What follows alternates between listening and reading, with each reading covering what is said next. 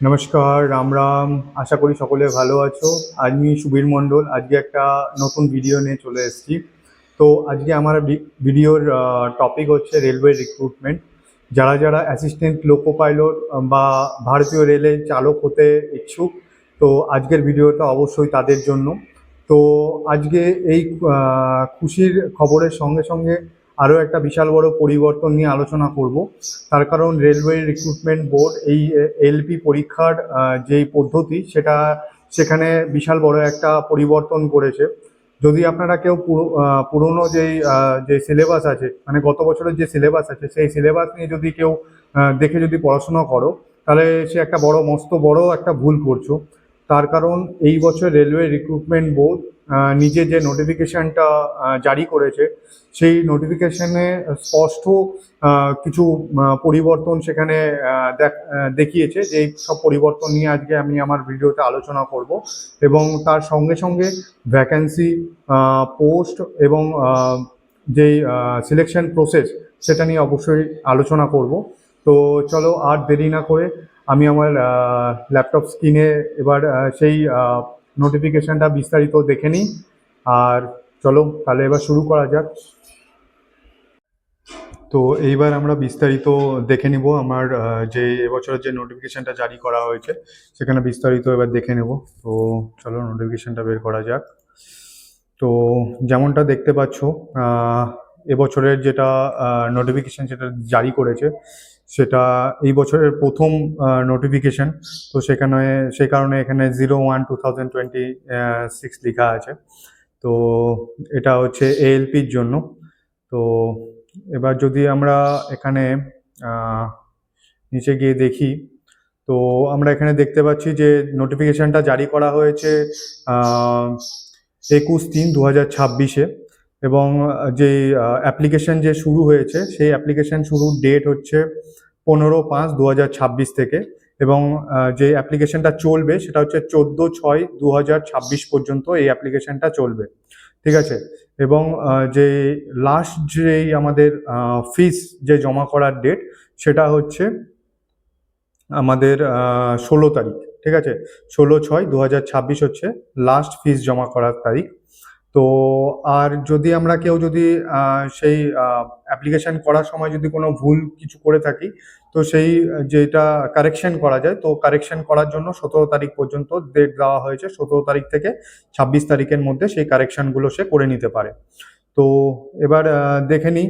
যেমনটা দেখতে পাচ্ছি, পোস্ট নেমে লেখা আছে অ্যাসিস্ট্যান্ট লোকো পাইলট। ঠিক আছে।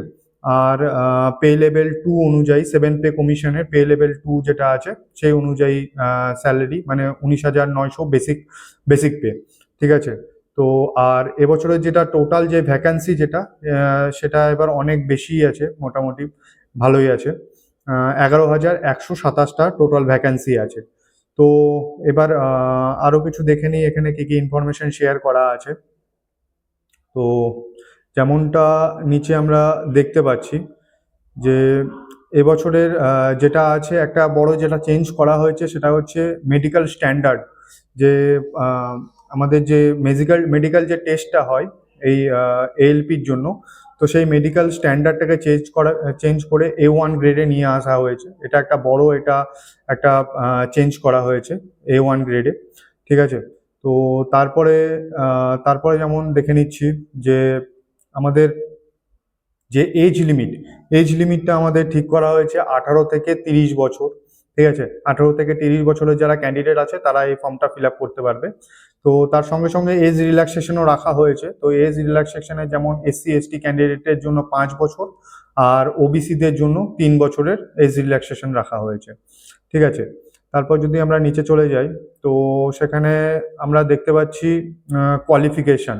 তো কোয়ালিফিকেশন যেটা এখানে বলা আছে যে অ্যানেক্সার 1 অনুযায়ী, যেখানে অ্যানেক্সার 1 আছে একটা পেজ, সেই অ্যানেক্সার 1-এ আমাদের কোয়ালিফিকেশনটা দেওয়া আছে।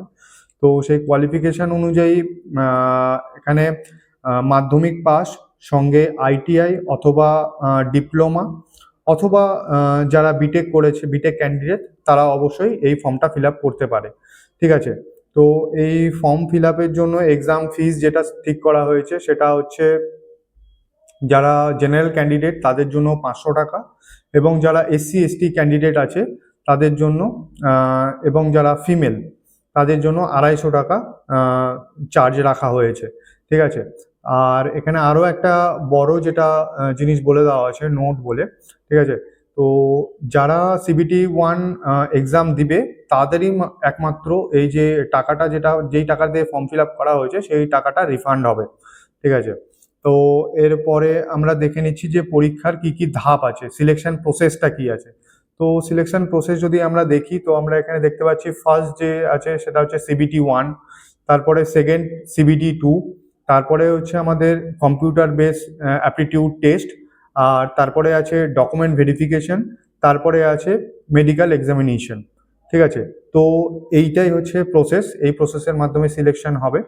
তো যদি আমরা সিবিটি 1কে দেখি, তো সিবিটি 1কে যদি দেখি তাহলে সিবিটি 1 যেটা আছে সেখানে যদি টাইম ডিউরেশন দেখি তো 60 মিনিট টাইম থাকবে এক্সামের জন্য, আর সেখানে 75 মার্কসের এক্সামটা হবে, এক্সামটা 75 মার্কসের হবে।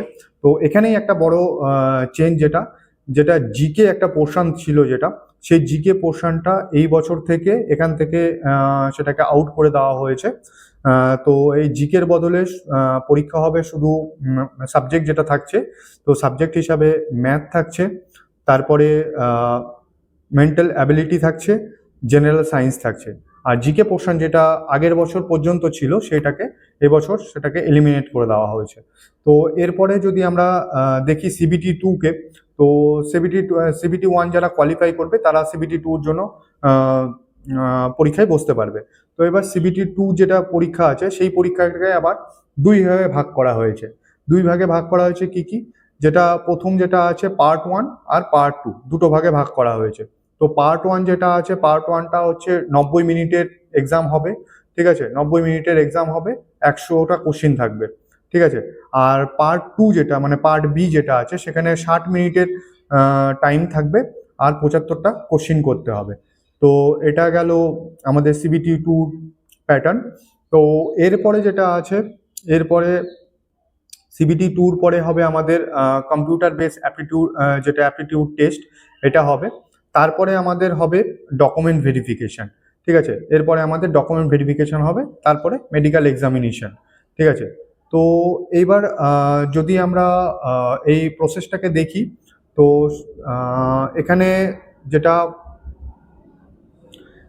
সব থেকে বড় জিনিস যেটা আমরা যে চেঞ্জেসটা আমরা দেখলাম এখানে, তো এখানে সব থেকে বড় চেঞ্জেস এটাই ছিল যে আমাদের যে জিকে পোর্শন যেটা ছিল, সেই জিকে পোর্শনটা যেটা আছে সেই জিকে পোর্শনটা আমাদের পার্ট 1 থেকে আমরা এটাকে এলিমিনেট করে দেওয়া হয়েছে রেলওয়ে বোর্ডের তরফ থেকে।